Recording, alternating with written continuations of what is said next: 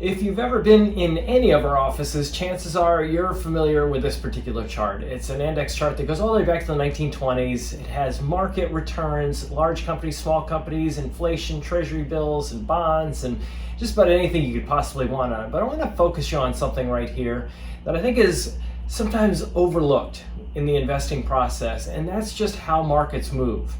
Now, in general, markets go up and down. We hear that all the time, right? But it's not a sawtooth pattern. I mean, up and then down and up and then down and up and down. If you look at returns of investors in markets historically, it looks kind of like that. It's pretty bad. They get treasury bill returns, very low returns with lots of market risk is what we find in the research. But in general, when the stock market goes up and it goes down, it will go up and then it will go down. But what happens is it ends up, if we look at history, going up to a level that was higher than it was before. So it has always been in this upward pattern, this upward trajectory.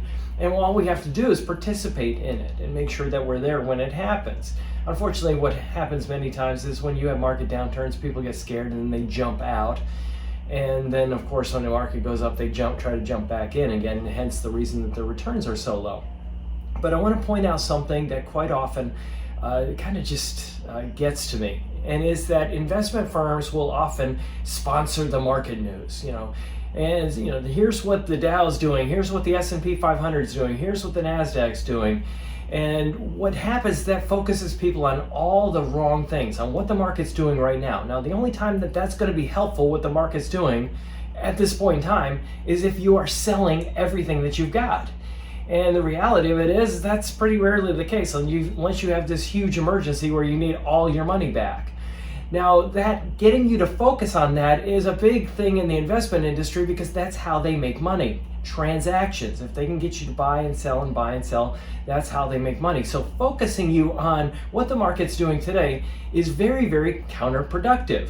Number one. Number two, what do they focus you on? The Dow, the S&P 500, the NASDAQ, large growth, large growth, large growth. They focus you on the same exact areas of the markets. Now, markets can move together, but you have a lot of areas around the world that move in very dissimilar fashion. So what I think is a better thing is just kind of ignore markets. Every once in a while, look at what's going on, look at how your portfolio is doing versus benchmarks, but watching the market on a regular basis is counterproductive. And you may say, well, it doesn't bother me. I don't get affected by it. And, maybe 99% of the time you don't get affected by watching what the market's doing, whether it's going up or, wildly and you get excited and want to buy, or whether it's going down and you get scared and you want to sell. But all you need really is one mistake to destroy a lifetime worth of investing and saving discipline. And that's why it's dangerous to constantly be watching what the market's doing on a regular basis. So just a little tutorial about it. It's fun to watch. For me, I like to watch it, but I'm never tempted to do anything. But it's probably even better not to watch it. Then the temptation never shows up. Until next time.